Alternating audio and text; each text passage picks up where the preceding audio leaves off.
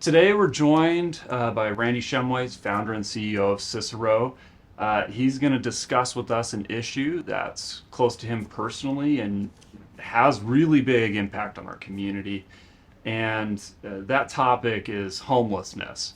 And so, Randy, this is a massive topic. It's really Yeah. incredibly misunderstood.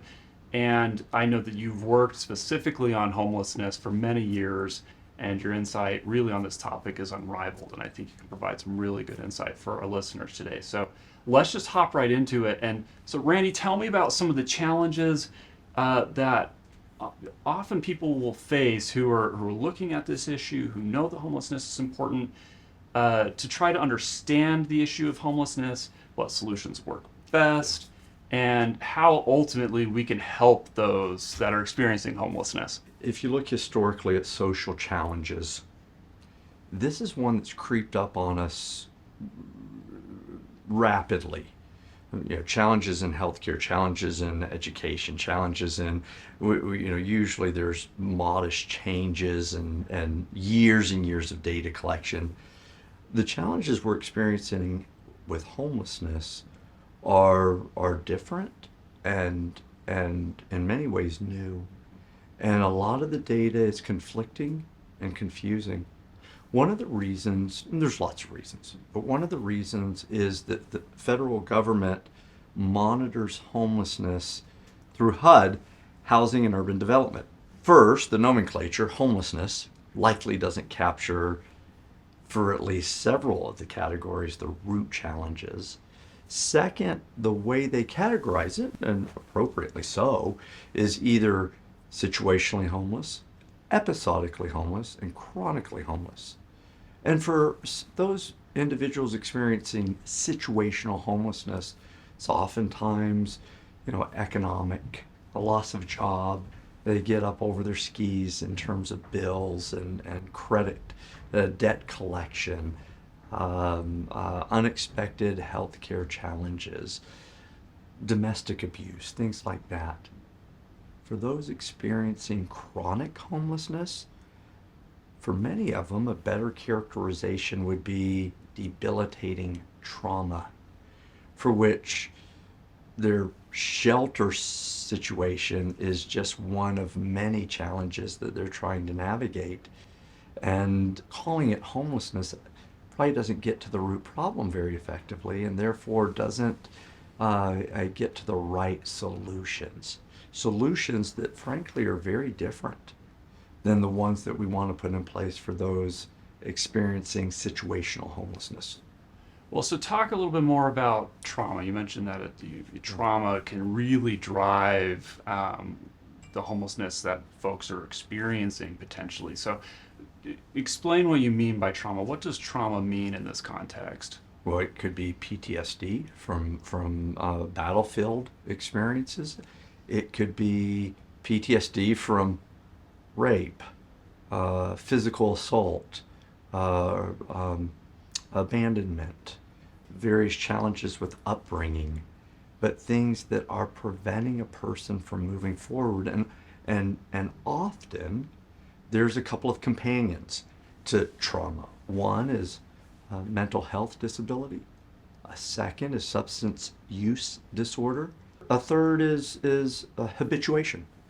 And a fourth would be criminal activity. These aren't individuals who are criminal, but they're individuals who, in order to survive under their current circumstances, the activities occur in order to make ends meet. So, you mentioned a bunch of groups there, individuals Yeah. experiencing a wide variety of challenges. I mean, are there any, are there, out of that group, are any one of those particularly harder to reach or to help support? Absolutely, those that are experiencing chronic homelessness.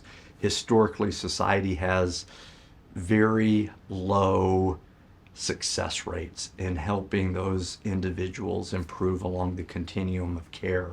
Now, to be clear, we can help those individuals along the continuum of care. But what we've been doing recently oftentimes exacerbates the root problems that they're experiencing. So talk a little bit more about that. What can often exacerbate that issue? There's many things. I'll give one example that's a little bit more conspicuous. Unsanctioned camping. Hmm. People see individuals camping in locations that aren't meant for habitation. And historically, storefronts would say, oh, it's bad for business, or people would object to it for safety reasons or for social optics and so forth. And thank goodness we have advocates standing up and saying, no, let's provide a voice for those who previously have not had a voice. The challenge is that unsanctioned camping actually is hurting those vulnerable populations that we most seek to help. They're preyed upon by very bad actors. I've worked with a number of individuals who are on their road to recovery, and to a person, they relapse. If I can get to them within a day or two, we have 100% success in helping them get back on that journey of recovery. But Chase, after a week, they've been raped, they've been physically assaulted, they have been, their vulnerabilities have been so exploited through keeping them on this poisonous fentanyl laden meth that creates such psychosis that for some, within a few weeks, they don't even recognize themselves. It accelerates criminal activities that are preying upon their greatest vulnerabilities and exacerbating their trauma, their injuries, in such a way that it makes it difficult to help them recover along the continuum of care. So I think most folks are going to be familiar with unsanctioned camping. It's what you see, right, Yeah. when you're going down the street or in neighborhoods in major metropolitan areas. Talk a little bit about, well, so we know what unsanctioned camping is. What are some alternatives? What are some more Right. positive approaches to unsanctioned camping that can really help the individual, but then also help the impact on the community? Chase, let me answer that a couple of ways. First, we need to migrate away from calling it homelessness. You call it homelessness, and the solution needs to be shelter. I have a hammer, everything is a nail. When we refer to it as debilitating trauma, we take a different approach. So, first, we can't bricks and mortar our way out of this. Mm. We need shelter, we need bricks and mortar, but we really need qualified, trained people providing kneecap to kneecap, eyeball to eyeball interaction and care. One of the things we're doing in the state of Utah, I serve on the University of Utah Board of Trustees, and the University of Utah is taking a lead on this of designing stackable credentials that will be implemented from the applied technology colleges, community colleges, up to the universities, in which we are much more rapidly graduating clinical behavioral health specialists. Not dissimilar from the approach we take with the physical medical care, like you think of an LPN and then an RN and then a BSN and then a nurse practitioner. These stackable credentials will be very similar for the clinical behavioral health segments. And that's an innovation that we're seeing in our institutions of higher education. In 2021, the United States graduated something like 140,000 psychology degrees. Wow. The number one job for a psychology graduate? Retail. Really? Not actually helping people that they spent a lot of their school time learning how to support. So the University of Utah is leading out and working with the Department of Commerce for licensing purposes to embed more clinical behavioral health classes in the psychology degree and the human development degree and so forth, along with clinical hours, so that when they graduate, they can be licensed as a clinical behavioral health counselor. We need more people providing eyeball to eyeball, kneecap to kneecap caregiving as we help people recover from these debilitating mental health challenges that they're navigating. So if the big barrier here is that folks who receive the credentialing, they receive the education, they get out of school and they look at, retail is my best option for wage or whatever reasons it may be. How do you feel like those barriers could best be improved to more directly connect them to those population centers of need, right? How do we make sure that if we've got folks coming out of the education system that are trained and ready to help, how do we improve the likelihood that they're going to be connected into helping where they need it most? Jobs are out there. You look at our service providers that are just doing an incredible job with very limited resources. And if you ask any one of them what's your number one challenge, it's filling spots with qualified individuals. So we know that the demand for trained individuals is enormously high. Chase, in the state of Utah, and this is consistent in every state, to become a licensed social worker, an LCSW, you have to have 4,000 clinical hours after your master's degree, after Wow. graduate school. And much of that, if not all of it, is unpaid. We need people that have lived experiences that really can empathize with individuals.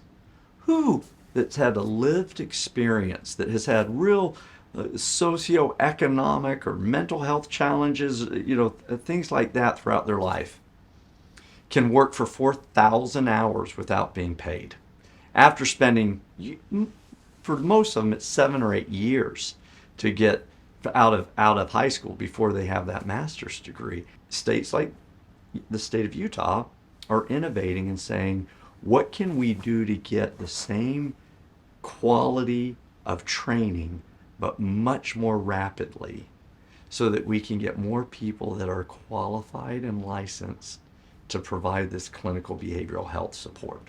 Well, so I think that's one clear gap. There are people who can have real impact on these folks that are experiencing trauma who end up in chronic homeless situations. Where do you most often find that either cities or states are having their gaps?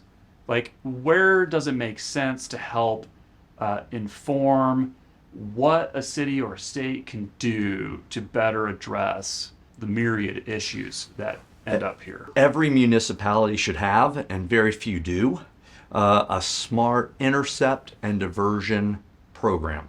Sounds like a technical term, but what that means in essence is a social worker with law enforcement. So people that are trained in social services working alongside people in law enforcement in order to contact and build a relationship with our more vulnerable populations that are living on the streets, and then helping them access the services that are best to help them, the personalized services to assist them. Portland just recently reported that between May and July, they reached out to approximately 3,500 individuals that were living on the street, and over 75% of them refused any help. Wow.